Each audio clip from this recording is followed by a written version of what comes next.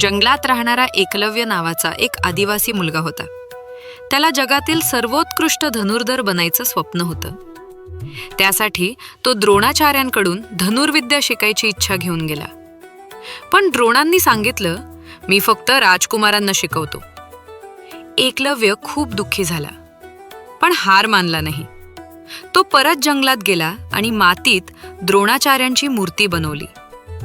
तो रोज त्या मूर्तीसमोर उभा राहून कठोर सराव करू लागला. दिवस रात्र, पाऊस वाऱ्यातही. काही महिन्यांनी एकलव्याची कला इतकी जबरदस्त झाली की तो जवळजवळ अर्जुनसारखा धनुर्धर बनला.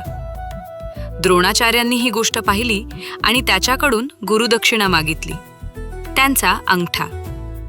एकलव्याने कोणताही प्रश्न न करता आनंदाने आपला अंगठा अर्पण केला.